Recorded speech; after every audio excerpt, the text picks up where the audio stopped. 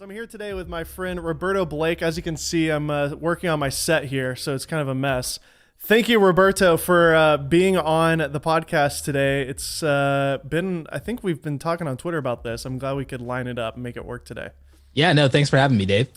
So we met VidCon, I think 2018, 2019, something like that. Do you remember? 2018, I think. Yeah. Yeah, I was doing the camera gear stuff with Kinatika, and you were hanging out with, I think, Jason Vong and Atola Visuals, and I just Yeah. came over and we got to chat, and it was a short, meeting, but ever since then, I feel like we've been Twitter buddies, and I've kind of seen each other at other events, at least before Yeah, COVID, back when obviously. we could do that. A lot has happened, man. A lot has happened in the last 2 years for you. And for people who aren't familiar with Roberto Blake, could you please just give us a brief, explanation of who you are, what you do, and then we could get into some nitty gritty YouTube talk here. Yeah, we can do the brief history of me. So, so I'm curious too, honestly. yeah, I'm Roberto Blake. I am what they call a creative entrepreneur. And so my YouTube journey has been really interesting because I was a full-time freelancer, having come from a background as a traditional marketer at a company, a graphic designer who worked at an ad agency, worked at a company before that, had been a freelance photographer, had even been like a studio photographer at like Sears back in the days when I worked at the mall as a, Nice. strapping young man. And so I did all those things. And eventually I made my way to YouTube. I started my account and dabbled in like 2009, even though I'd been on the platform before in like 2005. So like I'm technically an OG YouTuber, but I didn't take my own content seriously until 2013. I don't feel like you can say you're a YouTube creator until you make a commitment to your audience. And for me, what that looked like was uploading at least once a week. So I started with the skills that gave me a livelihood. I started teaching people graphic design and video and photography the way that I understood it, because I felt like I grew up in the primitive age of the internet back before Google and before YouTube. It's like back in my day, all we had was AOL. So like It's true. So I'm 37. I will be in June. I graduated in 2002 from high school. So like I grew up with the old internet, and there weren't a lot of good resources. There weren't a lot of things to teach people like me. And so I started with those tutorials and that career advice. I started with what gave me my start as a young adult in the world. And then as it went on, in my first year, in like 11 months, I got to 10,000 subscribers. Was not expecting that. That's awesome. It forced me, it sounds great, but it terrified me because it forced me to get good, because I didn't have the expectation of an audience when I started.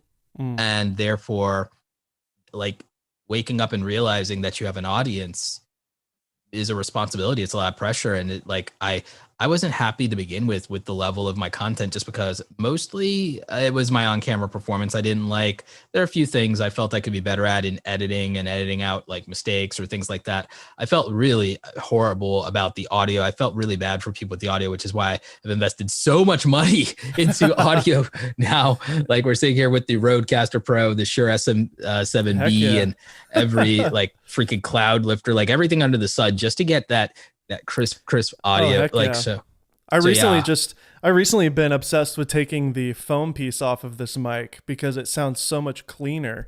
Once I use this pop filter here, it just cleans it up. Interesting. Yeah. Play around with it. Give it a try. Yeah, I might go there. Like, see, you give me one more thing to like mess around with what I've got almost perfect, right? But No, sorry to interrupt. no, you're fine. But like things evolved. I evolved, and I started broadening the scope of the information I present to my audience. I wanted to talk about what it's like to have a creative career, and I wanted to talk not just about my experience in design, but other things as well.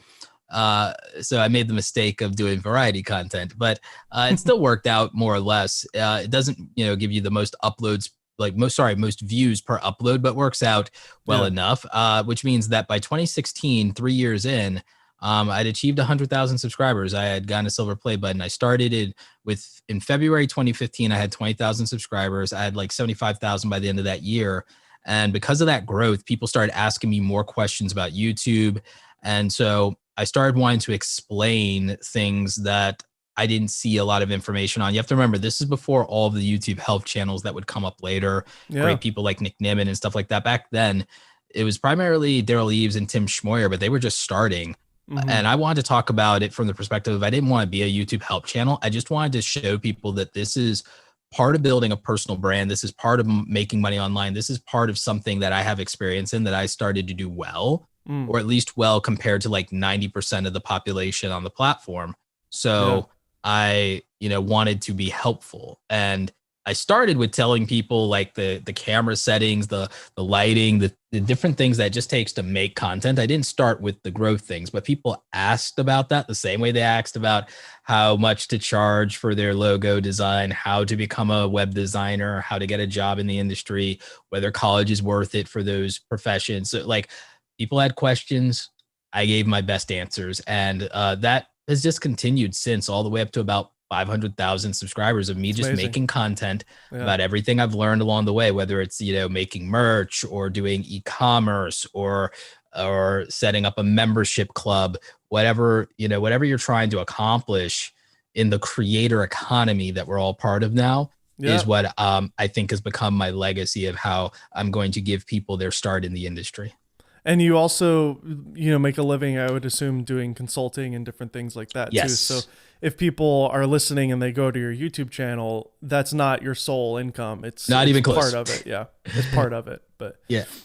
yeah, exactly. I mean, what is your majority of your actual, like, it's so bread, diversified. See, I have a massively diversified income in the same way that people tell you have a diversified investment portfolio. I tell people to simplify it because like for me, there's like so much I could get into it but to simplify it, I tell people that you need to kind of look at it like this. You have royalty income, which is not just your YouTube ad revenue, even though that's how it's taxed now. It's important to think about it even from a tax standpoint. Like you have your royalty income. You should have, in my opinion, some direct to consumer type business. So that's going to be e-commerce. Mm-hmm. I believe in affiliate income. Where I do it is recurring affiliate income, usually software as a service. Okay. Mm-hmm. So I do that. So there's the royalties, and we'll get into, there's more than YouTube royalties. There's e-commerce. Mm-hmm. There's affiliate. There's services you can use your skills. Cause like, again, it came from that background freelancing. And then there is brand deals. And that's kind of what I believe in, is I believe in having those different things. So with me, I have a substantial income that comes from affiliate. I would say that I have about $7,000 a month recurring. That's like a guaranteed recurring from all the software as a service stuff. So that's $7,000 a month I don't have to think about, because it's all amazing sales thank you. Like it's all accounts that, even with churn, it all just like new people come in. So it doesn't matter, because that's what tutorial channels really benefit from. Tutorial channels benefit massively from affiliate marketing, but it doesn't have to be one-off affiliate marketing. Yes, I make some money from Amazon. I make some money from like Epidemic Sound, these one-off things, Audible, whatever. Those are one-time bounties. My real money and the bulk of it is in the recurring software account revenue, the recurring services revenue, because those are like in perpetuity forever. And so that's what is that? Is that your courses or that's TubeBuddy? No, that's software, like actual software. That's like TubeBuddy, Kajabi, ConvertKit, things like that, software. Okay. So and that's really a great way if you're doing tutorials. Like, if you're a part of any affiliate program where it's like every month, you're going to get a check for everyone that you brought into the business. Gotcha. Yeah. Great relationship, because it's like the only time that you are truly rewarded in proportion to the value that you create for a company. Yeah. I have some buddies that make a ton off of Epidemic Sound. Yeah. No, they're a great company. I love them, and I do very well with them too, but it's not recurring, even though every month I get a nice check. It's not built into like, every time a friend of mine does like a film contest, it's like, make sure to use copyright free music and use my link below if you want a free month of Epidemic. It's just for this competition. It's not for me to make a ton of money off of your signups. Yeah, it's not that at all. Like, it's not that. So yeah, so like Epidemic's great. I love them. Great relationship. Yes. The other thing is, with YouTube royalties, people don't realize that there are other platforms that play royalties. For example, I did a course with LinkedIn back when they were just acquiring lynda.com. So like there are places that pay you. Skillshare is another great one. Skillshare is probably like the best right now, because you get paid for the number of minutes. You get like paid for the number of minutes that people consume your stuff. So I'm actually about to build out a lot of course material on my skills, things that Oh, may cool. not get as many views on my YouTube channel. I'm looking at the things that I'm really skilled at, very passionate about, that could be helpful, and going to put those out as courses for Skillshare's Premium, because for every minute consumed, you get like 6 cents. Like that's Oh, wow. close to like thinking about, like, I'll put it to you like this. YouTube ad revenue for someone like me who's in a business niche that has a $20 CPM, YouTube pays me 1 penny per view, regardless of how many minutes watched, 1 penny per view. A normal YouTuber in an entertainment niche doesn't get a $20 CPM. They get like a $2 CPM. So they make 1/10 of a penny per view. Yeah, it's insane. So when you think about it, YouTube can be lucrative. It's more lucrative if you use the business model that I've outlined, where you know that you have these 5 big income streams and then multiple sources in them. Because like, yeah, if one of your income streams is royalties, YouTube ad revenue is one source of royalties. Skillshare can be another. Facebook can be another if you meet the qualifications. TikTok can be another. And even if you write books, I'm working on that now, books and ebooks, Amazon royalties. You could do voiceover for somebody else's book, and you could opt out of taking a larger fee to just take a portion of royalties in perpetuity. And so your voiceover work can make you royalties, performances and things like that. Or even if you do brand deals, you can build royalties into that by doing licensing. Depends on what the arrangement is. Yeah. So royalty, I've recently launched a faceless music channel, but I also have the music going up in Spotify, and now I'm a Spotify verified artist. I'm in Apple, I'm in all that. So like eventually my copyright free music, Zenbuster Music, everybody check it out. Zenbuster Music. Are you making it? Are you a DJ? I hired a producer. I used to do that in high school. I don't have as much time to do that, and I feel like Frost is better than me. Frost FM is great. Like, he's a great producer. So like, that's Frost is making my stuff, and we have a royalty agreement where he gets a split, and also I pay him up front. Sure. So he's get paid up front. He gets a portion of royalties. I get royalties in perpetuity. It's win for everybody. Clever. Yep. I keep the ad revenue when the YouTube channel hits monetization. We're very close to that now because of watch time. So yeah, so I've created a place where I can get a lot of royalties. I love it. And I'm trying to expand on that. Yeah. We're very close to getting ad revenue in Facebook. Like I said, I'm going to Skillshare. So it's that kind of thing. I feel like we could go on and on. The thing that's fascinating to me is the amount of revenue streams you have. I think a lot of people are hearing this and you could probably list another 20 things, right? And we can get into more detail here. But the thing that's fascinating to me is just, when was that moment that you realized this potential with the internet? Because I know for me, once my light bulb went off of holy cow, the internet. There's no barrier to there's no ceiling to how much you can make. There's no barrier to entry. It's literally just you hired a producer and you made a channel, and now you're about to get monetized, and you could end up making royalties. And for the next and we started decade, that in January. Yeah. So, I mean, you're talking about a career thing that could last you the next 20 years of your life of income coming in. Because music's in perpetuity. The books, with writing an ebook every year and a print book every other year, I've literally planned out my 10-book career. I know what my 10 books are. So what was that light bulb moment for you when was there an artist that you saw that really resonated with you with the internet, or was it just because you got in early on the internet? I've been on the internet forever, so there's that. But I think that I started realizing that, I don't know how complex this term is for your audience, but I started realizing what economies of scale are a couple of years back. But I always had an intuition about it, even from the beginning. I went all in on the internet when I was 13 years old, which is almost 24 years ago now. Yeah, that's amazing. I mostly decided to live on the internet right then and there when my family got its first real computer and got AOL. AOL. Yeah. My grandmother gave up a lot. She didn't have a lot of income. She was a CNA nurse in a New York hospital, and did fixed income, all that stuff. She maxed out her credit card to get us a real computer and get us the top of the line at the time, best computer, printer, scanner, fax, all of it, and get us on the internet because she wanted to give us every opportunity. And it's awesome. That gift changed my entire life. Yeah. Like there's not like, yeah. So, and my grandmother, before she passed, she got to see me be successful. She got to see me hit my first 6-figure year before, It's and, awesome. and, get my like YouTube play button the year that like she passed. So she like got to see the beginnings of, what I have today. She got to see That's me great, be man. on the way to that. She got to see her grandson make it. Do you think that's what gave you that fire is seeing where your grandmother came from and where your parents came from and giving you this opportunity and like saying to yourself, I'm not going to squander this opportunity. A lot of it is that. A lot of it is that, and the fact that as a kid I lived in my head a lot. So Mm-hmm. like I finally had the resources or the beginnings of the resources, because even for then the technology of that time was so limited that I couldn't do everything I would want to do.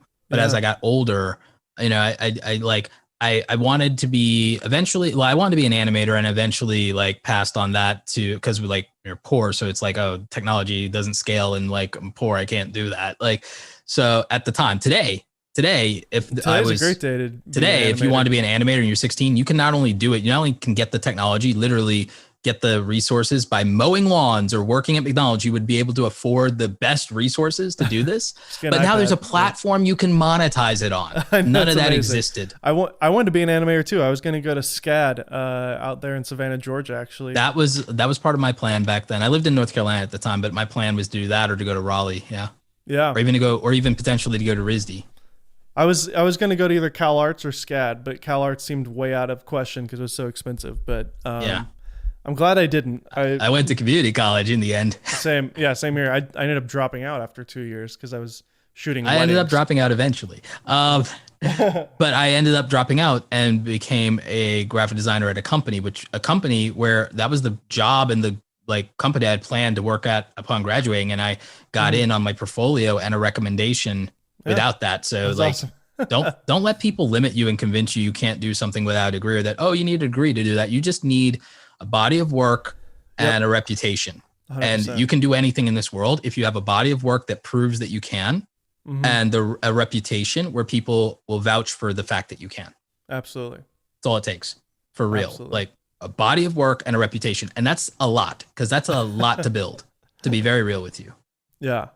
So yeah, I did that, and I learned a lot, because the thing is, I think in my mid 20s, I had achieved and surpassed my professors and the people who had looked down on me or told me what I could or couldn't do Hmm. by the time I was like 25. By the time I was 25, the magazines that I had grown up watching, like admiring people, looking at advanced Photoshop Creative. And I'm not saying this as a humble brag. I'm saying like imagine growing up looking at other people's art in magazines and Hmm. saying one day, one day, one day.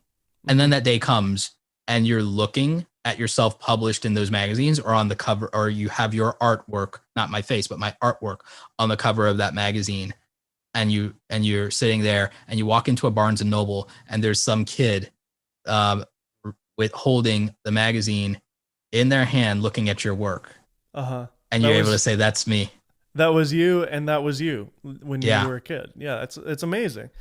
Um, I got a little glimpse of that recently when I was working with Indie Mogul. It was literally like, okay, I wanted to go to Hollywood and make it in the film industry and be a YouTuber for a big channel, and here it is. And it's funny, like when you get to that point, sometimes it's like, okay, now what? you know? Yeah. And at least for me, That's what happened. being a father and being a husband and stuff, I realized living in LA wasn't a good place for my family, and I was essentially a workaholic and wasn't present with the people that mattered to me. What So was the that's light bulb for you for that? um well, it's a lot of things, but basically realizing that I was just wasn't with my kids. My kids are 3 and 1, and I just was seeing them grow up, and I was working nonstop, and I missed every, like on a Saturday I would go to the beach with them or whatever, and I just loved every minute of it. I'm like, how can I have more of this but still work? Well, you have to work a lot to live in LA and buy a home. So I can move to another state where I don't have to make as much money and therefore work a little bit less to, pay my bills and whatnot. So that's Why does every YouTuber feel they have to move out to LA? well, I did get an opportunity to host this show for Polar Pro, and they're based in Orange County.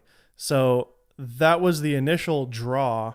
But I think it was something about just going to VidCon and being around everybody and kind of realizing like, oh, you live here? You live here too? Oh, okay. Yeah, maybe I'll live here. And it was nice, like to hang out with Armando and Yeah. Jevin. And I could just call somebody up and be like, hey, what are you doing tomorrow? Let's go do a video together, you know. But COVID changed all that. So Yeah.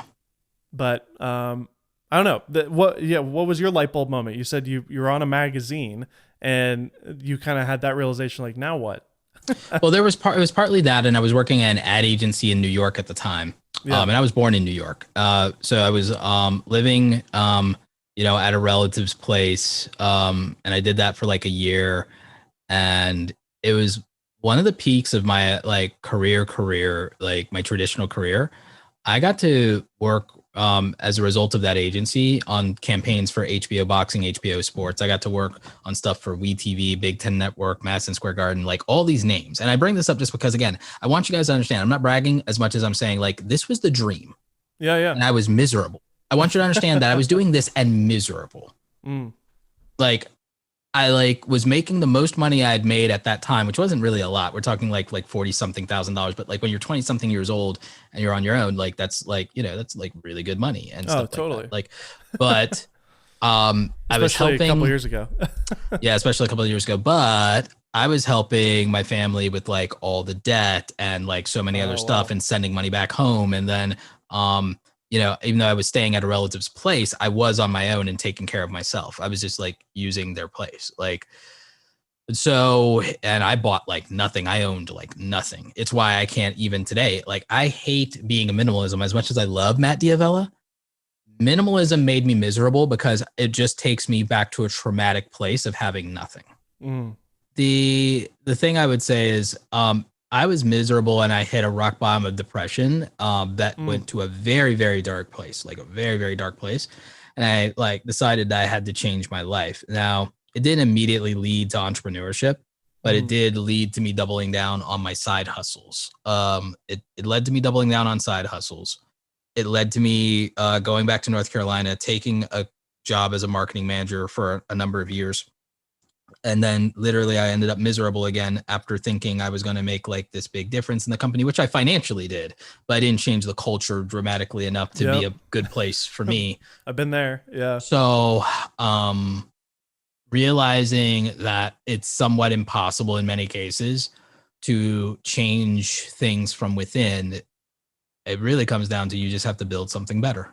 Yeah. And so ultimately, I spent a year plotting my exit from my job and doubling down on side hustles and internet stuff. Thankfully, for years, I'd been building my personal brand. I had made somewhat of a name for myself in the design scene and in the freelancing scene. And in that, I had my body of work. I had my portfolio. I had my reputation outside of the company because it came down to a fire me or I quit kind of scenario. And we might need to help your helper to call you to ask questions about all these wonderful systems that you put into place for us that we have no idea how to use. So as long as you're on like good terms and good behavior with us, we might say nice things about you if you ever need a job reference or referral. And I was like, oh yeah, that's nice. In my head thinking, oh, that's cute. Yeah. That's adorable. In my head thinking, oh, that's adorable. That's like a challenge. Yeah. Like, oh, that's adorable. Cause I'm like, oh, you think that's how this is going to work out. And and again, I never named the company, I never shade them because there's good things that came from them. There were a couple of good people there that were good to me, but no matter what happened, I learned a lot. So like, it's just one of those things though, looking back a decade and knowing that you won is enough. You don't have to rub it in anybody's nose. And although, even though it can be a little fun.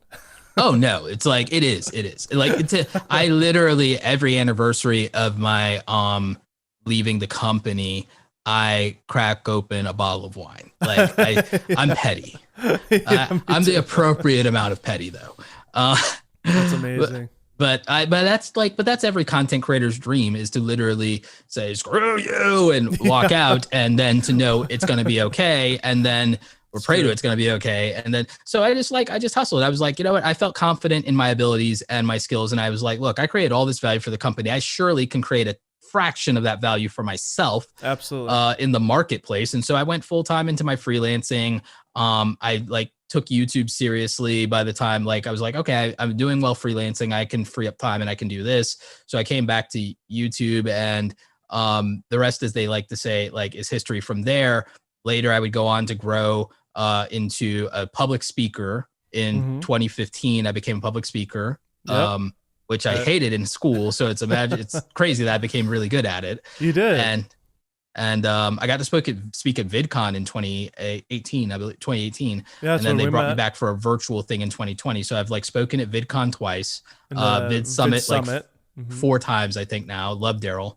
Vid Summit has become the best one for sure. Hands down. Hands down. VidCon is like... It always was. It always was. No, from a secret society standpoint, like without the fans and none of that, like Vid Summit was always for us. Yes. It was the best. So. And I hope that it continues to be so. I'm sure Daryl and Mr. Beast will let it do that. Well, they're great at preserving the culture of the things that they build. Yeah, like they're very passionate about when they build something. Both when Daryl leaves, they're cut from the same cloth. When Daryl leaves and Jimmy Donaldson, Mr. Beast build something, they really think about what the experience they want people to have of it is, and they want to maintain the culture of anything they build. And they're visionary types. They're also very obsessed with the quality of whatever they do to an unreasonable degree, and that's why you can't really compete with them. You're right. I mean, that last VidCon 2019, the last one I went to, that everybody went to, I bought the creator pass or whatever so I could go see everybody. And no offense to any of the amazing speakers, I don't know if you spoke there too, but like it felt empty. I felt like I didn't get very much value out of it that year. They had the growing pains, and they still have had the growing pains of the Viacom acquisition, because that changed the internal structure. But also it changed the internal culture. Without the culture that John and Hank built, of course VidCon doesn't feel the same. The thing it has in its favor under Viacom... I didn't realize there was a switch there. Yeah. There's a regime change. They exited. Makes sense. And they're focused on other things. It was a very lucrative offer. But the thing with Viacom bringing it on that brings something good to the table is the amount of resources. But Viacom also has the priorities of a corporation rather than an institution organization built by creators for creators and that puts creators first. Yeah, exactly. That's what VidCon's ethos was. It can't have that as a corporate entity, and it won't. Now it's just a pop culture hangout spot with a bunch of famous YouTubers, right? So essentially, there's not zero value, and again, it's still a good experience from an aspirational standpoint of people who, because again, you ask anyone under 18, they want to be a YouTuber, they think they do. I'm hoping that through my content they'll learn better of it, but and that's not to discourage anybody, but I think the thing that I do, and what I think the other coaches give me the space to do, is to interject the harshest realism into the education and culture of becoming a content creator. And they kind of leave that for me. They are realistic and they're not selling pipe dreams. I don't want anyone to misinterpret that. But they're very, very encouraging and very positive. Whereas I am a realistic version of optimism. Like they will not tell you things like you suck. I will tell you that you suck and that you're supposed to suck and it's okay, because why would you not suck? You have no experience. Why would, my thing is, I think it's unreasonable for anyone in their first year of being a content creator to look at growth and have any expectation of growth at all. Because in my opinion, your first year of being a content creator, your only goal is to not be trash. Because you have no reason why, when you have zero experience under your belt and you have this overwhelming platform, and you have to learn camera gear and lighting and audio, why wouldn't you be trash? Like if I hired you at a corporate job and I said, congratulations, you're now a content creator for corporate, it's like, welcome to company X. And here we believe in not holding back the whip at all. Congratulations in your new role as content creator. By year 1, you must get the company's account from 0 to 10,000 subscribers, or we will fire you unceremoniously and you will never work in this town again. How's that? Your starting salary is also based on the performance of everything you make, which means you will go into the hole doing this job. If we were a company Like if you literally pitch somebody the job of being a first year YouTuber as a job description, no one would apply. That's a good point. Like, it is that serious. It's that bad. It's like no one would apply. Because again, if I told you grow this many subscribers or you're fired, you'd tell me, oh, well, that's completely unreasonable. That's unfair to me. And how dare you put that on me? I have no experience. I have this. I can't control the algorithm. It's like, well, what if people don't like me? I have no control over that. But every content creator sets a subscriber goal.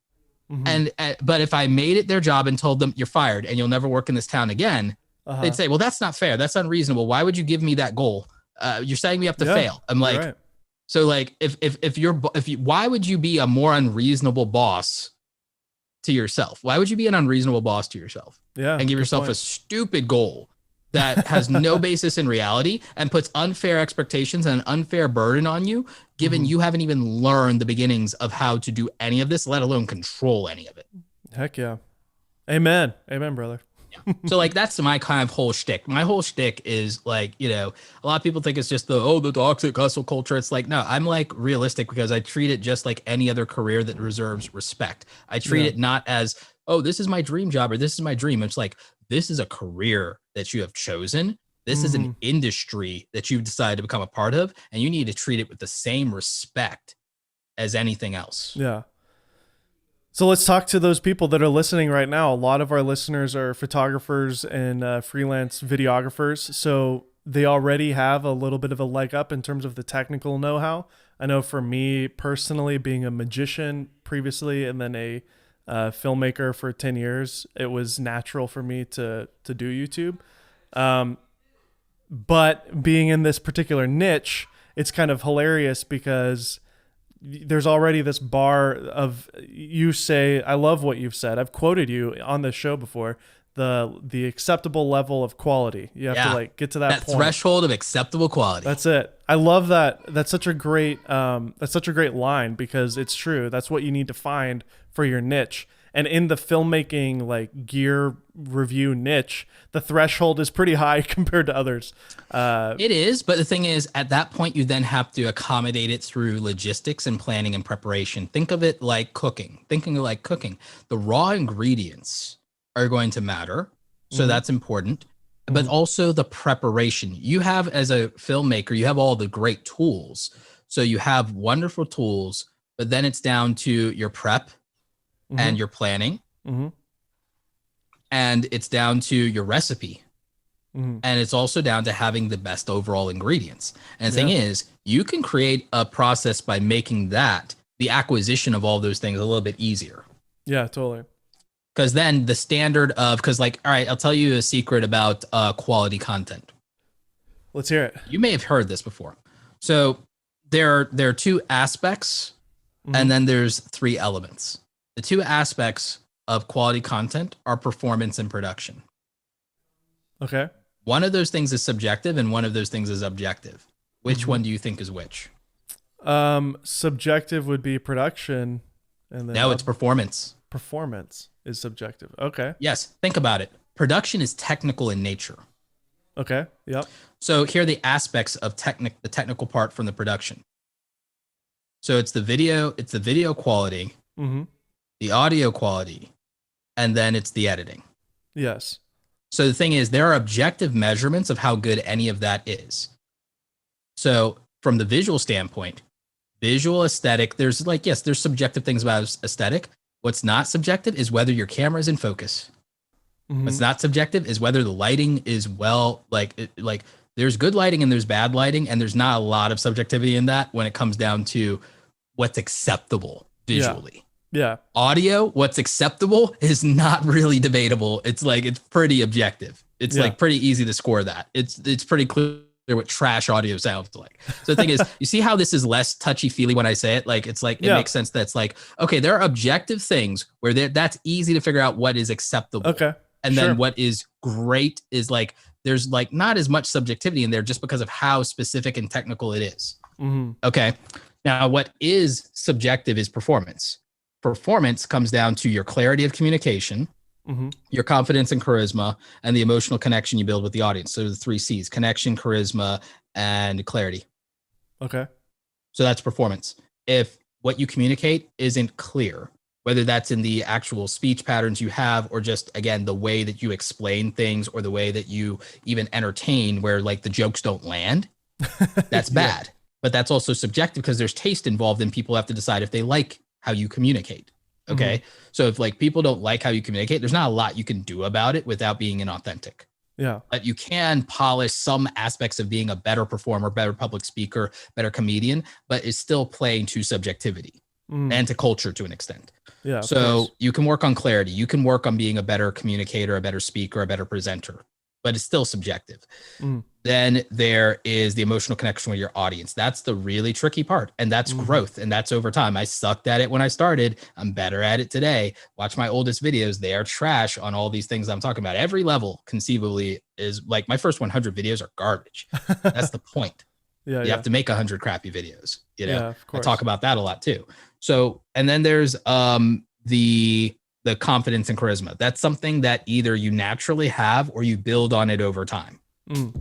I'm interrupting my conversation with Roberto Blake to remind you guys to subscribe down below. Would you please do it? If you've listened this far already, you must be a fan. We post all sorts of interviews with guests similar to Roberto, as well as incredible creators on the internet. So please subscribe and enable bell notifications. All right, let's go back to nerdy YouTube talk.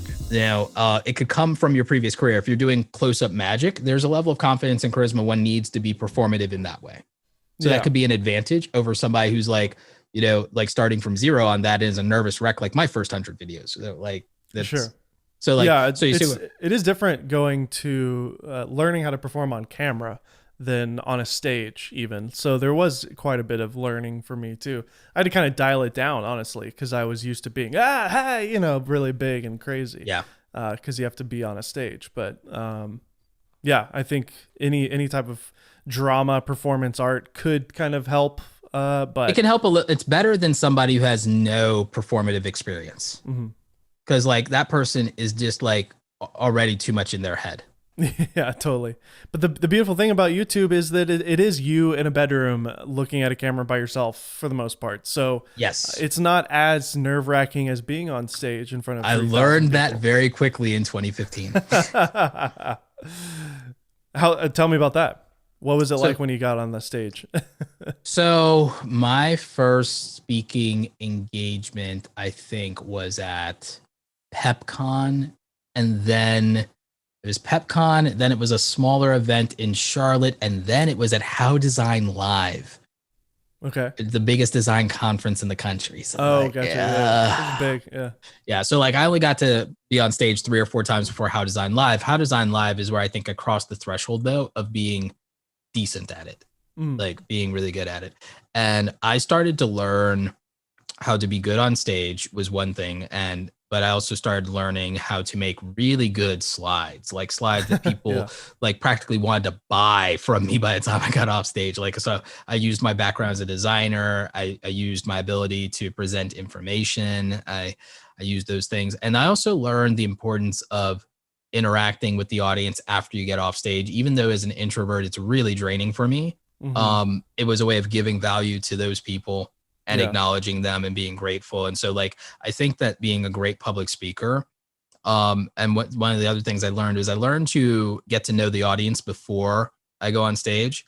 And I learned to even change and tailor aspects of my talk to the conversations I had the day before, the day of. Smart. And to find and make sure that there are people who show up for me and are in the front row or in this stage, this side of the stage and that side of the stage, so that I could just focus on the handful of people that are rooting for me. And that, and I would perform for them, and the rest of the audience would feel it. So I hacked that so that I'd also had to stop being self-conscious. The way I stopped being self-conscious was similar to my content. I was like, everything I do is for the benefit of the audience. So it's more important to deliver for them than to be worried about being embarrassed. So that was kind of like my hack to get out of my head was, this is for them, and it's worth suffering embarrassment if I change one person's career. Totally. And it just takes a lot of stage time to get used to it anyways, but you just got to let that thing be your home when you get up there. And I turned it into my jungle gym. I love that. It's playground. It's like, it's like, all right. It's like, it's time to get up here and to just have fun with it and roll with the punches and like make a fool of myself. Let's go. So I've got some questions here Yeah, that shoot. I just want to start rattling off that I'm really curious on your thoughts. Yeah, go for it. So let's just get into some YouTube talk. Should you have multiple channels, or should you keep your ideas in one and make it all part of your brand? I Depends. have I've been considering this myself with this channel, doing a clips channel and then a full length podcast channel. Depends on Um, audience psychology and yeah. also viewer expectations. I believe in viewer expectations more than anything, which is why if you can't turn a live stream into like an event, Mm-hmm. or if you're not the big over the top personality where people are showing up for your personality exclusively. And the thing is, you know, if you are and you know if you aren't, we Sure. can't all be Felix. So the Yep. thing is, That's I PewDiePie, by the believe, way, everybody. yeah, I believe in conditioning expectations and then not code switching on your audience. And I believe on giving them what they showed up for. I think even Mr. Beast said, don't publish a video your audience didn't ask for. So Yeah. like, I think that if you say, well, I'm bored, then you have to find an outlet, and it might be TikTok or it might be Twitch. You have to find an outlet if you're bored. That's not Yeah. the audience's problem. So That's I a good believe in point. putting the audience first. That's so if I make a new channel, it's because it means that I can either build a new audience, which people underestimate the value of just building a new audience for a different aspect of who you are, your personality.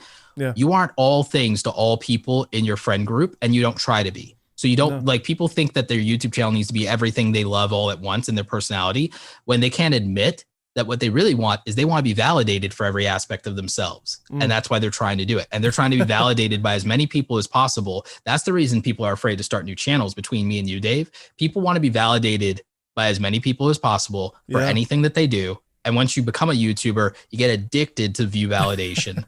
And Yeah. It's so true. they want the cheap dopamine of the pat on the head for showing up. And then when the audience doesn't do that, they get depressed. So Yep. the easy answer is if you're making a new thing that is not something people have come to expect from you, not something that you're known for, or isn't in alignment with the current needs, wants, and desires of your existing audience, give it its own platform. And the good news is this: you get to start another brand and build another component to your business that might be equally or more valuable, or might be an exit later. So like, it's an opportunity. It's not a problem. Yeah, totally. I'm selfishly going to say this. I'm starting an entertainment channel. I have this robot that I've built. It's me. I wear a costume. And so I'll actually superimpose myself in the shot. It's a reaction channel. We I react love together. So I'll do like an actual authentic reaction myself with no mask, and then I'll edit it, and then in post, and then I'll shoot myself in the costume sitting next I to love me this. reacting, so I can kind of write in jokes. I love this so much because it breaks the reaction format and it makes your reaction videos worth watching versus anybody else's. Even if you've seen their reactions, That's the there's a idea. built-in reason to. I love this. So This is fantastic. Thanks, And by man. the way, I've been this sitting sets on it you for up about- for a TikTok career too. This sets you up for a Really? TikTok career too. Yeah, because then the robot has its own character, Yeah, and therefore he does, the yeah. robot can react to the internet itself. Exactly. So The joke is that I need an assistant to help me with my YouTube channel, so I build this robot, and his name is D Maze, and so that's the joke, is that yeah, but it's like an Eddie Murphy situation where everybody Yes. kind of knows it's me. I love it. That's obviously nothing to do with gear, filmmaking. It's a No, completely it's new creative though. everything. I love it. So No, I love it. It gives you an outlet. yeah, exactly, and I think it has a little bit more legs than doing reviews, anyways. So Yeah. So I should just start a fresh channel anyways with this, right? I mean, it's Oh, completely you should just different. make a fresh. It's reactions, and the thing is, it takes you out of the pigeonhole of. And by the way, don't necessarily don't insist on porting your existing audience over to this. Well, You I can don't know it exists, sure. but build a new audience from scratch. I'm dead serious. Okay. Does that mean I need to start a new Twitter account and everything, or just like For this, I would treat it like another brand. I would treat it like another business. That's how I look at YouTube. I'm like, I still need to do that for Zenbuster Music. But I'm like Zenbuster Music. I'm literally getting an LLC for Zenbuster Music as a company because I'm treating it like for those of you who don't know, if you go to youtube.com/Zenbuster, I started a new YouTube channel. It's a faceless YouTube channel. It's very hard to even associate it with me. And it's lo-fi music, but it's all copyright free. and we made it in-house. Like my producer Frost FM made it. I did the branding. I hired people on Fiverr to do the illustrations for our lo-fi girl. I based the character design on my sisters. It's like really That's awesome. yeah, it's really dope. And like I put a lot of money into this, by the way. I've already put thousands of dollars into this already, like of my own money, because I'm building it as its own company. We have like apparel and merchandise. I'm thinking the whole thing, and the royalty income from Spotify and Apple. The entire point is building out a whole new brand where you don't have to care about who Roberto Blake is to support this brand. And that's the entire point. And the good news is it also gives something to the creator community because it's copyright free music and it's I'm looking at it right now. It looks great. Are you doing the artwork on that? I do a lot of the Photoshop on that. The illustrations, the character stuff is I hire someone on Fiverr, but then I do all the graphic design. So I do all the backgrounds. I do that. I even do the After Effects animation. The After Effects animation stuff is me. All right, we'll play. I didn't enable Zoom to do sharing yet. This is a new computer, so I have to grant access, which means I'd have to quit this Zoom call to share it with you. But we'll play this on the video here. It's really cool. You're at 1.14K subs, so you can monetize now, right? We are at 2,600 hours of watch time, so we need a little bit more. Okay. Once I post some of the new stuff we released the Zodiac.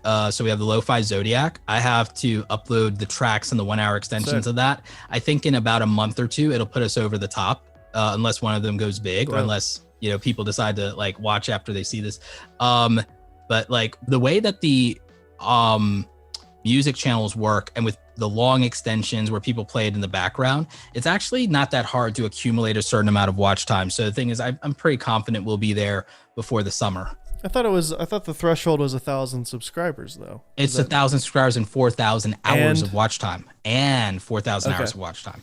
So like a lot of people don't know that. So we're still not there on this podcast yet, but we'll get there because we have long watch time on these.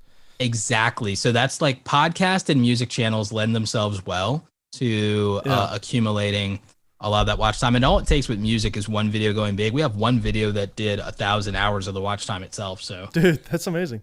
Yeah. So like, music is the backbone of YouTube in my opinion anyway. Like that's people don't realize that. Really? But yeah. But you had other questions, I'm sure. And I've got time, so let's do it. At what point are you too specific with your niche, and are you hurting potential growth by sticking to that niche? So that's a good question. I think it's when you've exhausted your own interest and passion in a series of topics, and you don't have runway to expand to another branch or something like that, or you're just creatively burnt out, then it's gone far too narrow. And the whole point of niching down isn't really for me, really about topics. For me, it's about the culture of an audience. Yeah. So I think of it, I tell people here's how you need to think of niching down. You can be friends with anybody in school that you want, but you got to pick a lunch table to sit at. It's true.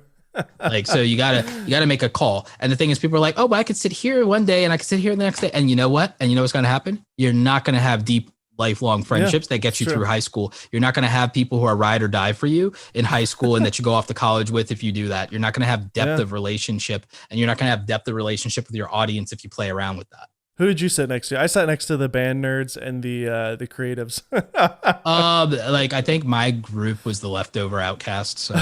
Yeah, pretty much same here. We talk about the PlayStation Portable and we would talk about anime, and we would play Magic the Gathering and stuff like that. Yeah, you would have been in my circle for sure. I still play Magic. I still play Magic on really? Arena. I'm like freaking platinum tier. Do you have some cards from that time period, like the 90s? I have them in storage. I have my Yu-Gi-Oh cards still. I have a lot of those, but I have more of those in storage. Mine are worth actually some decent money now. I'm really upset. I had a stash of OG, first run Pokemon cards because I am the generation of Pokemon. I have 1996 Japanese edition Pokemon cards in storage, assuming we haven't ruined them or whatever. And I'm really pissed because we had good stuff. But it's I have to, my storage units in North Carolina have to make another run to finalize that. Yeah. Mine I've lost them. I don't know where they went. My mom might have sold them or something. I don't know. But I found a lot of my Yu-Gi-Oh stuff. I I'm still looking for Is one of my decks. Yu-Gi-Oh, I had a. is that popping off yet? I feel like It's been popping off and it's back. It's like it's doing Yu-Gi-Oh. really good in YouTube. Yu-Gi YouTubers are doing fantastic. Interesting. Yeah, I remember Yu-Gi-Oh was fun. It was fun to play it. I played Pokemon, but I think Yu-Gi-Oh, the actually playing the actual game, not collecting the cards. Exactly. That's where that yeah. It was more fun to play Yu-Gi-Oh to me. Yu-Gi-Oh and Magic, yeah, it's like, and both of those are doing, they're crushing it in the YouTube scene. They're crushing it in the collectibles space. Pokemon is like, with Logan Paul and stuff like that, that's hyped up and that's like spread across the board because even casual people who aren't nerds got into that. But like the nerds were Yu-Gi-Oh and Magic, and like Yu-Gi-Oh is slightly more mainstream than Magic, even though Magic is older, and it's still popular. It's still popular, but Yu-Gi-Oh is mainstream because anime is and because of the era of kids WB at the time. So like, so it's like it's the more mature the version of like people who like felt too childish about like Pokemon at the time. Like they got to grow into Yu-Gi-Oh. So but like a lot of my stuff, as far as my cards on that stuff, those collectibles, I still have a lot of that stuff. Some of it's worth some really good money. It's crazy. And I'm buying and holding first editions of every release now, just like out of my extra, like, cause it's like, oh, I'll just spend $60, buy a box and like leave a couple of packs sealed and like sit on that. Yeah. Oh, smart. I need to start doing that for Pokemon, but like Pokemon collecting has gotten like the prices has gotten, You think it'll probably burst and crash in the next what I have to do is when COVID's over is I have to go raid flea markets where people don't know any better. And the thing is I have to go back to my old town and talk to all my normie friends who aren't on the internet. And normie friends, muggles is what we call them. I have to go like to like all my muggle friends and like raid their basements and be like, yeah, I'll give you like $50 for your whole binder. It's like 50 they're like, bucks. oh, really? $50? Yeah. It's like, oh, I'll give you 150 for the whole binder. Like 150. Wow. It's like, it's like, dude, you're not going to sit there and go through these and sit on the internet and just to find out that they're not worth crap. It's like, you're not going to do that. I probably had thousands of dollars worth of Legos, like original 90s Lego sets, and we sold them when I was a teenager, and we made like probably $500. And I wonder if I held on to that stuff, if it would have gone up. Oh my God. It's like old Legos from the 90s. Like I had all the Lego Studio sets. Do you remember those Lego Studios? Yes, I do. I remember Lego Studio and Lego Technic. Yep. And I had the original Lego Mindstorms, which was like my dream. You build like little robots and stuff. It was my friend Chris Perillo has an entire room of nothing but Lego sets. Dude, that's amazing. Yeah, no, his kid Jedi. Like, yes, he named his daughter Jedi. Oh wow! Like, yeah, she has she is the best childhood. I swear. I have a friend, that named his son Anakin, but I've never heard Jedi. Yeah. So Chris Perillo is an OG tech YouTuber. Wow. Yeah. That's sick. So he was like one of the first tech YouTubers. Yeah, I mean, there's a lot of OG tech YouTubers out there that a lot of people might not know because it's just have you ever gotten to hang with Soldier Knows Best? No. Yeah, like there's a lot of OG YouTubers. Like when events are back, you have to introduce me. Yeah. When do sponsorships hurt your brand, and can they kind of start to, dilute your content? When the brands have more equity in your channel than your audience does, it starts to become a little bit of a problem if you don't have the leverage to assert yourself. And the problem is also when creators, as much as I know there are smaller content creators who like want brand deals to validate, legitimize them, and they're like, oh, well, this will lead to other opportunities and stuff like that. The reality is saying yes to things early in your career is bad a lot of times because you have the least experience and the least amount of leverage. Mm-hmm. And you desire the most validation, which means there's almost no, when you're a small content creator, there's almost no such thing as a good deal, to be very real with you. Like when you're early in your career, there's almost no such thing as a good deal. You like in hindsight, you will always look back and know that you should have asked for more, or that it didn't come out the way you would have hoped, or the brand asked for too much creative control. The main thing is to maintain creative control at all costs. And that might mean saying no to money or saying no at all. So creative control is about respecting the relationship you have with your audience, and the brand needs to infringe on that relationship as little as possible. That's what, no matter what the amount of money is, that's the beginnings of a good deal, is when they're asserting the least control and the least amount of time taken up in your content. And when they can, and the other note of a good deal is when the brand and what they provide enhance the content versus take away from it. Where you'd want to get to a place to where it wouldn't be possible without them. Sure. That's when it's a good deal for your audience. And when your audience will support and respect it, is like, okay, you can only do this because of the experience, access, or resources they provided you, that to make a better video for me, that's worth it.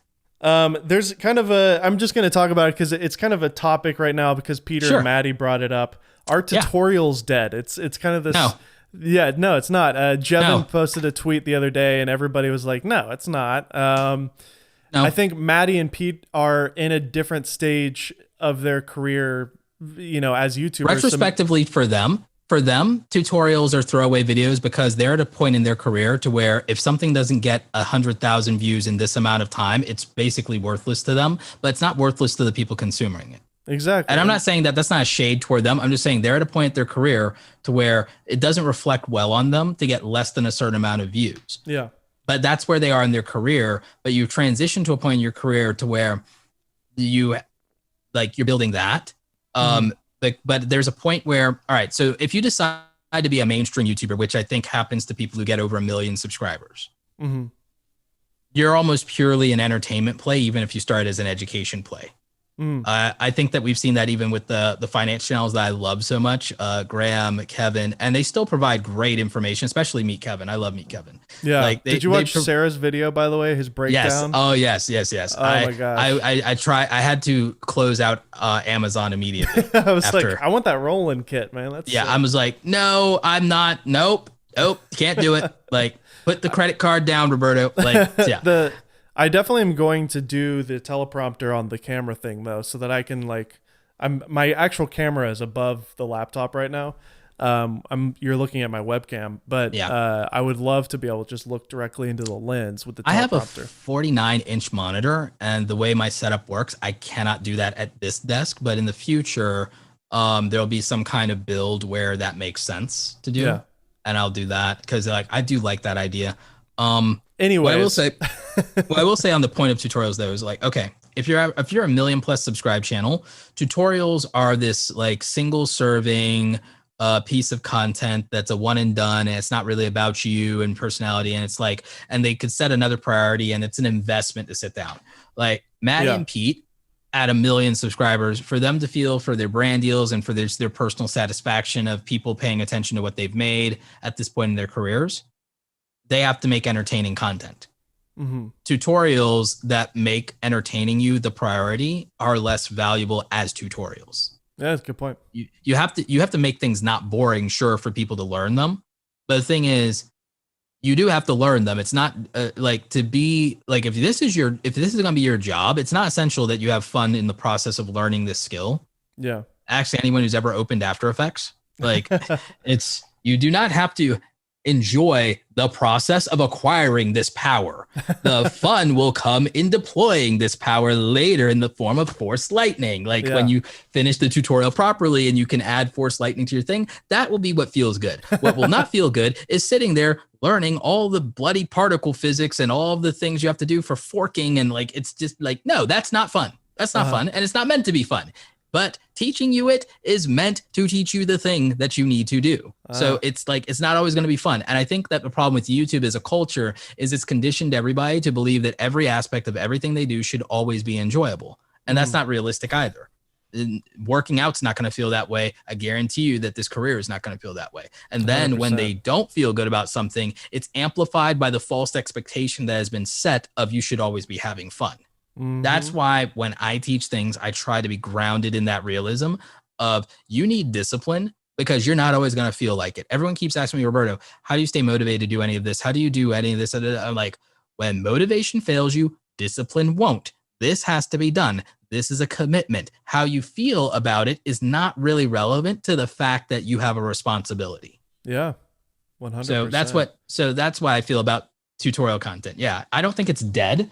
I think that once you become a mainstream YouTuber, your goals change. When you are coming up, tutorial content is great because nobody knows who you are and nobody cares, but you can provide you you can provide utility value, and you have this great search engine, the biggest one, like backing you. The two biggest search engines in the world backing you when you make tutorial content and no one knows who you are. You can build a foundation, and that feels fantastic. But once you transition to a higher tier of YouTube, the value that people provide in education gives way to entertainment, because mainstream and broad audience YouTube is purely an entertainment play, and YouTube is mostly an entertainment platform. At the end of the day, that's how it is. So the thing is, like, tutorial content isn't dead unless you want 1 million subscribers or have 1 million subscribers. If you want 1 million subscribers, it's very unlikely for you to get there with tutorial content. And even if you did, you'll have 1 million subscribers.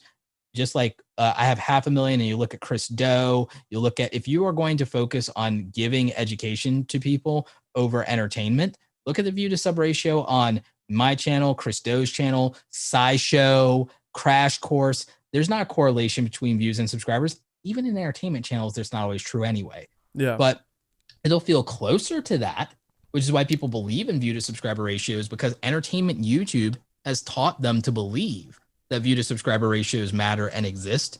Algorithmically, they mean nothing. And I've heard that from YouTube directly, that view to subscriber ratios mean nothing and they're trash, and it doesn't work that way. So you're saying if you have 1 million subs and you get 1 million views, that's healthy? Is that what you're saying? No, I'm saying that has, there's no correlation. People believe that, but I'm saying there's no correlation. Yeah, I'm just explaining what view to sub ratio is. Oh, yeah. Like, people would look at, okay, if you have 1 million subscribers, then you should have at least 100,000 to 200,000 views per upload. It's like, it doesn't work that way. Okay, But just because people subscribe to your channel doesn't mean that they care about this topic or want to learn this thing today or need to learn this thing today or need to learn it or want to learn it at all. Even with entertainment channels, look at PewDiePie. He has Felix has 100 million subscribers, and he gets like 2 to 6 million views and upload, which is not bad, by the way, at all. No, but Mr. Beast beats him on every upload, if you think about it. But they're doing different types of content. He's doing more sustainable content. He can do it every day. Mr. Beast can upload twice a month, once a month. So is the difference in that, even though they share an audience pool. But it's just a whole different thing. If you look at it, I get the same views as Gary Vaynerchuk sometimes, and he has 3 million subscribers. It's down to what's the concentrated pool of audience around just a topic, not even an individual. When it becomes an individual, that's when you're skewing into that personality driven thing. And the closer you get to 1 million, it starts to become about that for people. And there's nothing wrong with that. I'm not saying that there's like a moral obligation there, but but the thing is, to get views at a certain point, if you want to be a bigger mainstream channel, then you end up doing this entertainment shtick with your personal brand, where it becomes very self-referential and it becomes very much about people liking you to like you. So that's the point where YouTube becomes a popularity contest. Yeah. And the thing is, I don't like that for me. I'm fine with it for whoever wants that. I suck it up. And even though it's sometimes disheartening, I suck it up and I just take the views I get, because it's like, those 10,000 people that show up for that thing need that thing when they need it. And then it might be more people later. It might be whatever. And I'm like, cause it should be more, at least, from my perspective, I'm financially not dependent on how YouTube performs, which, we could circle back to at the very end if you want, but since I'm not financially dependent on how YouTube performs, I have the luxury of putting the audience first. That's great. And I'm not saying other people don't. I'm saying the way they do it is to entertain them. And I can put the audience as possible too. Right. I can put as much utility into the world as possible, because the thing is, the world isn't lacking entertainment. It is lacking in utility. Yeah. I have been a gear reviewer or whatever for 3 years now, and I'm ready to just be an entertainer. So, and that's fine. I love that for you. When I was at Indie Mogul, I was like, all right, let's get this thing to 3 mil. I wanted to push for entertainment, and I had this idea of YouTuber versus other YouTuber. The dream would be to get Maddie and Peter in a warehouse and have actors and cameras and an audience, and then make them shoot a short film, and then an audience watches the films without them knowing. I would love that. Without them knowing that Peter and Maddie are in the back room seeing their reaction. I'm like, so what did you not like about this one? The way that was shot was kind of crappy. And then Peter's like, no, I love this. I love this so much. This would be great. This is this is gold right here. You should really do this when the pandemic's over. This is Well, that was the idea, but I love Peter and Maddie. Ted, By the way, if no one realizes, like, I'm a big fan of Peter and Maddie. me too. I'm just also realistic about the industry. So anything I said, just take it as like, hey, these are people like I actually know and like a lot. They're at a stage in their career to where they get to be wildly entertaining because they have that in them. Like Peter did up close magic and did all kinds of things. Like they have the charisma to be that. And they should be that. Totally. There are plenty of people who can make gear tutorials or do like they should be. Justine's a great example, right? She's been she's been in this game for the whole time, just making incredible content that's extremely entertaining and easy to watch. I mean, she's a total personality. Like in another she's world, the OG. And 30, 40 years ago, she would have just been like a super famous actress, probably. Probably like.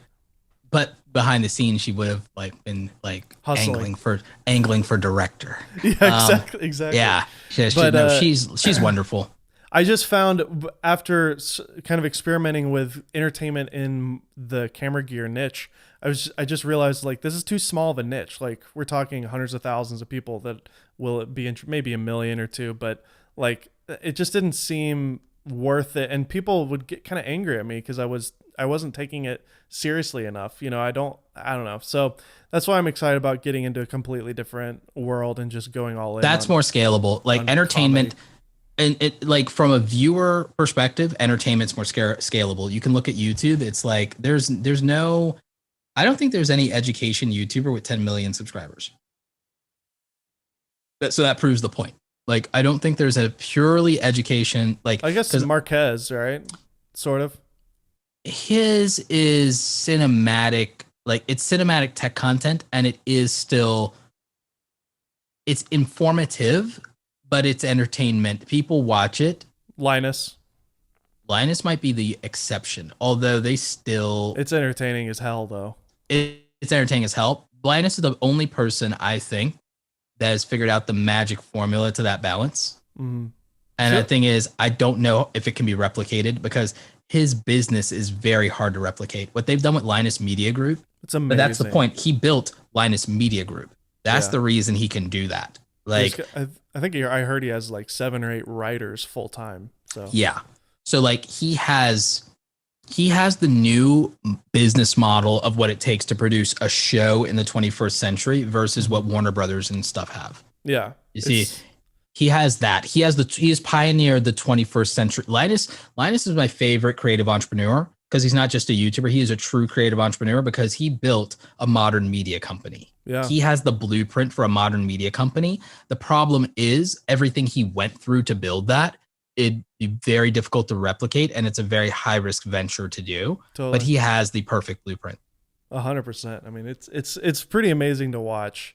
It's kind of like, like you said, it's like 30 years ago, he would have been on Discovery Channel with his own show, and it would have been like Mythbusters or something, like but he would have ended up owning the IP, owning his own channel on cable TV. He would have owned the IP, kind of like how Oprah owned her IP. Like she eventually bought Harpo Productions and all that. That's what Linus. I didn't know that. Oh, that's cool.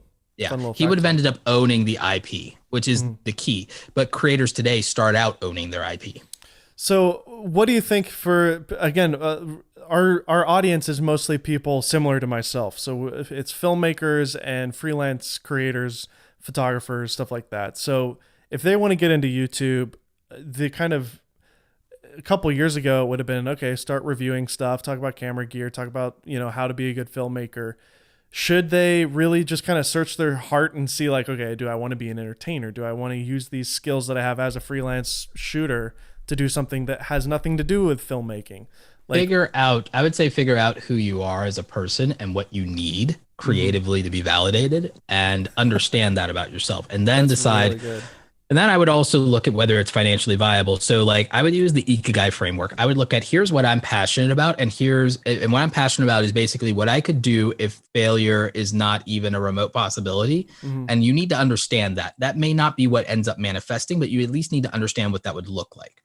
Then you need to like objectively look at your skill sets and then look at whether you have the skill sets to support that passion and that vision. Then you need to look at the market. You need to look at what people will pay for. And then you need to look at like the framework I laid out of here are the 5 real ways to make money.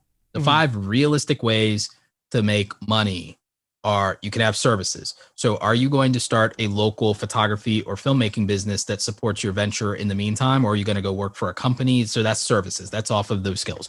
Are you going to do that and then do this on the side and that's going to finance it? And are you willing to do that indefinitely if this doesn't support itself? Are you going to be subsidized by brands? How much of the brands money are you willing to take and give up any of your creative control? How much equity are you willing to give them versus your audience? And what I mean by equity versus that is like if 50% of your videos are sponsored, then it's 50-50 between your audience and the brands, which is for me, that's a little uncomfortable. Yeah.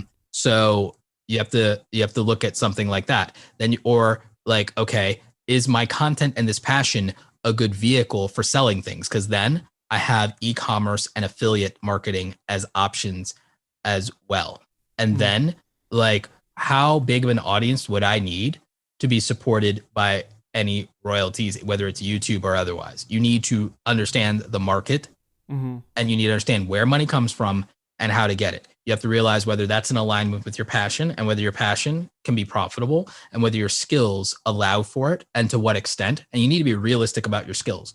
You also then need to be concerned with how does this leave the world if I pursue this? If I pursue this, does it do anything that benefits other people in the world in a meaningful way? And am I okay with that? Am I okay with that in the form of entertainment, aspiration, like giving them something, escapism, or is it more meaningful to me for something to be utility and to change people's lives in some way, career-wise or financially? Like what is it that I want my legacy to be? And it's fine whether that's inspiration, entertainment, or education. You know, it's just unrealistic to expect that you're going to accomplish all 3. Especially in your early career when the decision-making process. So the thing is, I would try to understand where my life is and where my skills and career are in this framework and try to act accordingly. What I will say that's not as philosophical or heady is I'll give you like maybe 3 quick rules. Have an entertaining component to your content, even from the beginning, even if it's education, even if it's utility. Yeah. Frono's Photo, Jared Poland's a great example of that. He's wonderful. Peter, even in the early days with tutorials, Peter made you excited to pick up a camera. Like he made you not feel ashamed or intimidated and he didn't talk down to you. He wasn't the pretentious wedding photographer, you know, like that's what made Peter McKinnon amazing. Maddie, when he had travel feels, made you excited about the idea that you can pick up a camera and go somewhere in the world and make something amazing. You know, I'm that much of a fan of Maddie that I remember travel feels. Yeah, so, me too. See, I'm OG. I'm for real. I'm not a fake fan. Like you see, but yeah, I love these guys. And so like, I would look at that. I would look at like, what is the feeling that I'm going to create in my audience? And the thing is with Marquez, he has an entertaining, like he's low key, but he's entertaining. You see? So like you don't have to be an extrovert. You don't have to always look at entertaining as extroversion. And Caleb Pike is pretty chill. Exactly. You know, I feel that I'm that when I'm not on a rant or a rampage. Gerald Undone for sure. Gerald Undone, same thing. So the thing is you can be entertaining and you can be clever and you can still provide value if you want to go that route. Or the thing is, if you don't want to pigeonhole yourself, you can look at what Gene from Potato Jet does. Yes. He's a riot. He's a riot.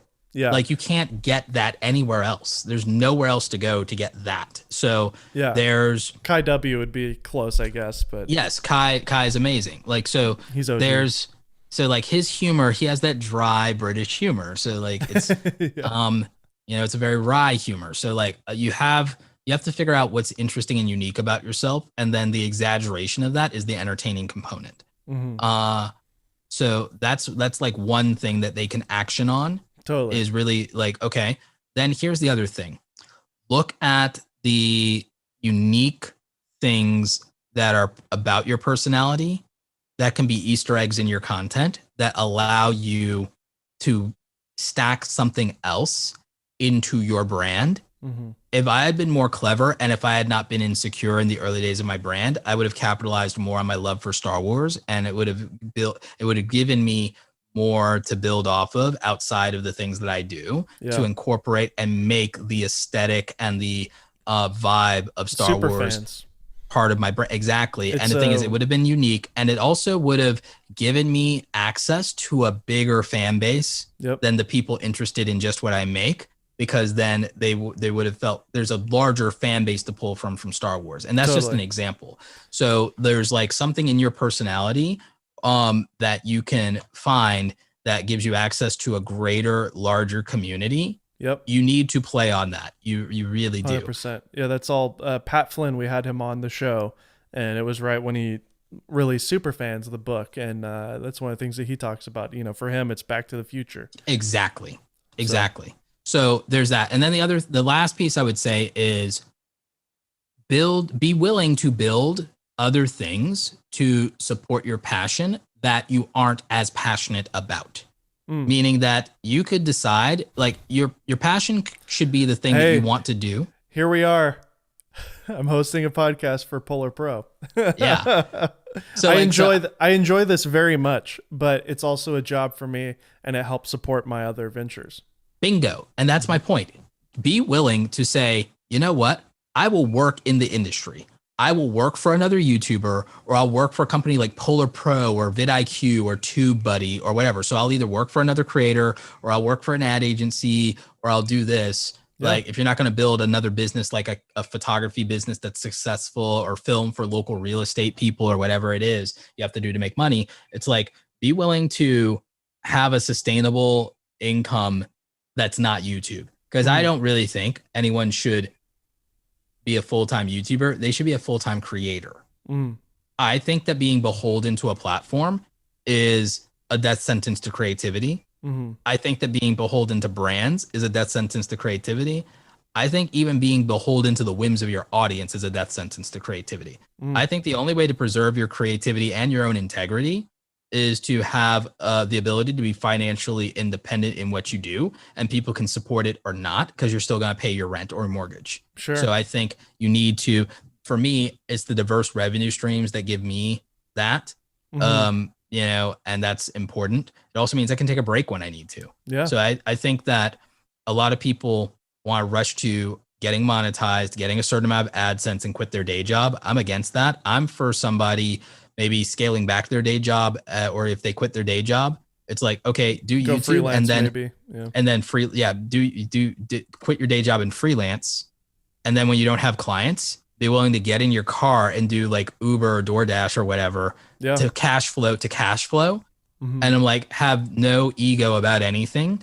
If you are that committed to the things you're passionate about existing in the world, if you want the things that you want to create to exist in the world, they can't be financially tethered to other people's decisions. Yeah, 100%. So, and they are financially tethered to other people's decisions if you're trying to live off of them.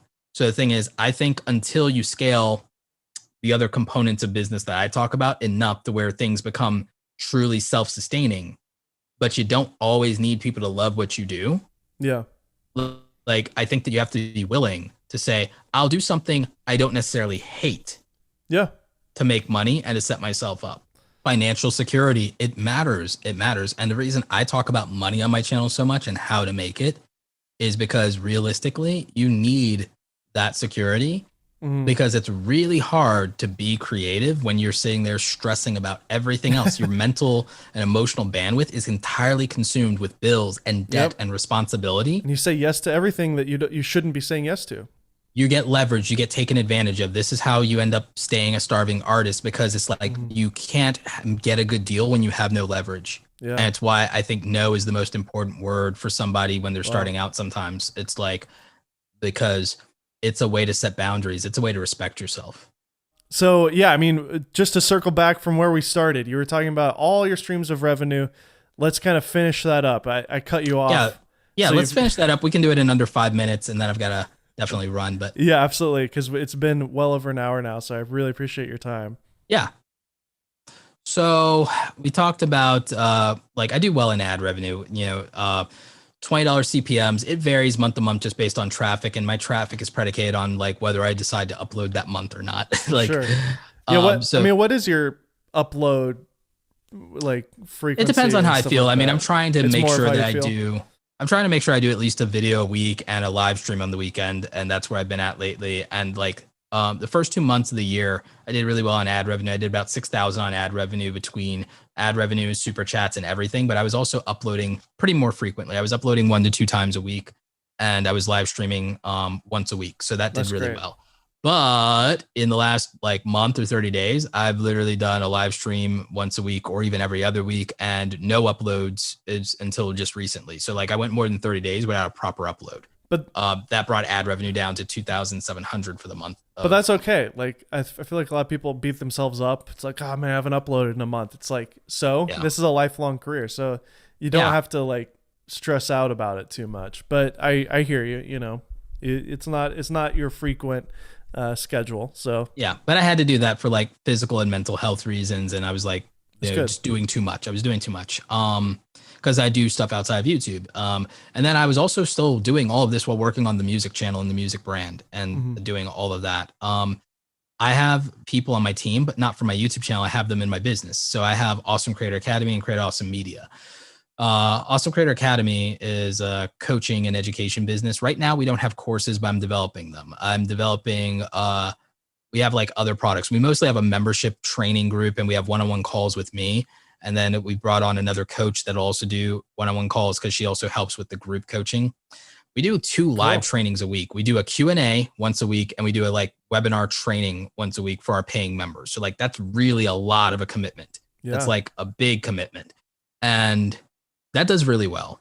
But we also have with Create Awesome Media, we're doing services for content creators, which we just started to promote that more now, and we're going to be. And like the people who've done stuff to them before, like we were dumb and we didn't get like we didn't ask to, we haven't put their stuff out there, like, which is why we don't have a portfolio. Cause like we've been doing work for people, but, oh yeah, we made your media kit, but we can't like publicly show your media kit and your rates. And we don't have an NDA or release or whatever. Like, so we have to like, we can't show the work that we've done. So like now we have to do more work, but get permission to say, hey, can we use you in a case study? And hey, we'll redact your rates because we make media kits for people is one of our big things is we make media kits for people to get brand deals. Cause I'm very adamant about creators getting paid properly.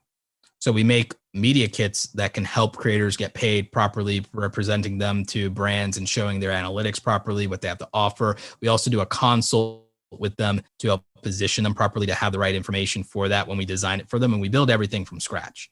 So we do design work. We do branding and business development for creators with Create Awesome Media. We also build people's Squarespace websites for them, which also presents them properly in the world and to their brands and to things like that and to their audience. So they can build their newsletters so they have independence. We want people building newsletters and having websites so that they have something besides what the platforms let them have in terms of access to an audience. So we want creators to be independent. We also want them to get paid. So we are providing the services if they're not technically inclined or creatively inclined in terms of design aesthetic to do these things for them. Build your Shopify store for e-commerce. You know, if you are in a coaching or education space, build your Kajabi website, which is what I use. So, you know, we offer those things right now. And that's pretty much the scope of what we do. I'm wanting to expand that to where if you live in Atlanta or New York, we'll do photography for you, but we're not cheap. Cool. Like we're not cheap. Like, so that's what we do. Create Awesome Media with Awesome Creator Academy. Like I said, we do the coaching and stuff like that. So those are like the other 2 businesses that I have for that in terms of client services work. And then obviously when there's speaking to be done, I do public speaking when we can have events, you know, so I'm a paid public speaker. Hopefully you'll have a couple this year. If not, definitely next year. So yeah. You know, don't be surprised if like, it looks like we're going to do Vid Summit in person this year. So I assume I'll be returning.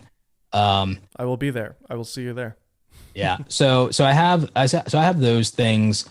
And then building out more e-commerce stuff for myself. We have e-commerce products within Awesome Creator Academy as far as like stuff like the YouTube Starter Kit, which is a bundle of templates. So that's like, you know, a big bundle of Photoshop assets. We're spinning that off now to build Creator Template Store, where we're going to have an entire template store of just bundles of like, instead of a 99 bundle of 99 Photoshop files or whatever, which is what I currently have is like 100 Photoshop files for $99. Well, and plus a bunch of other stuff. What we're going to do is we're going to like actually start selling individual bundles of new templates that we're making. We're not just going to rehash those. We're going to make new templates. Like, here's a bundle of sports YouTube thumbnails. Here is like a bunch of channel artwork, or here's a whole like branding kit for this type of channel, for a beauty channel, sports channel, vlogger, blah, blah, blah. And like, you know, so people can pay like 10, 15, 20 bucks for different versions of these bundles. We're going to build Twitch overlays. We're going to build like Facebook graphics. So we're going to have like, for every platform, we're going to have carousels, Instagram carousels already made for you. Like, Smart. put in your photos and put in your text. So we're like going to make all this stuff for creators. And that's going to be the big e-commerce play. Love it. On the royalties, we're doing some stuff that doesn't fit my channel on Skillshare, which is great. So we're going to have more royalty income from that. I'm writing the books, and then we have the music. So like, I'm playing in all the spaces. It's amazing. So, I mean, when somebody at a party says, so what do you do, Roberto? What do you say? Because it sounds like you got 20 things. Yeah, I say like, you know, I'm an I tell entrepreneur. people, Creative yeah, I'm an entrepreneur, and I have, you know, a digital agency. And then if they ask for any details beyond that, I say, yeah, I'm an entrepreneur. I do coaching and I have a digital agency. And then, oh, that's cool. And it's like, never say that you're a YouTuber. You can if you want, if you want to get into I mean, the you can. I mean, like, but it's like, I don't like that. Like, when you say you're a YouTuber, yeah, I feel like as much as people aspire to that now, and now it's the thing to be, and people look up to it. Yeah. It's very limiting to be beholden to a platform. Yeah.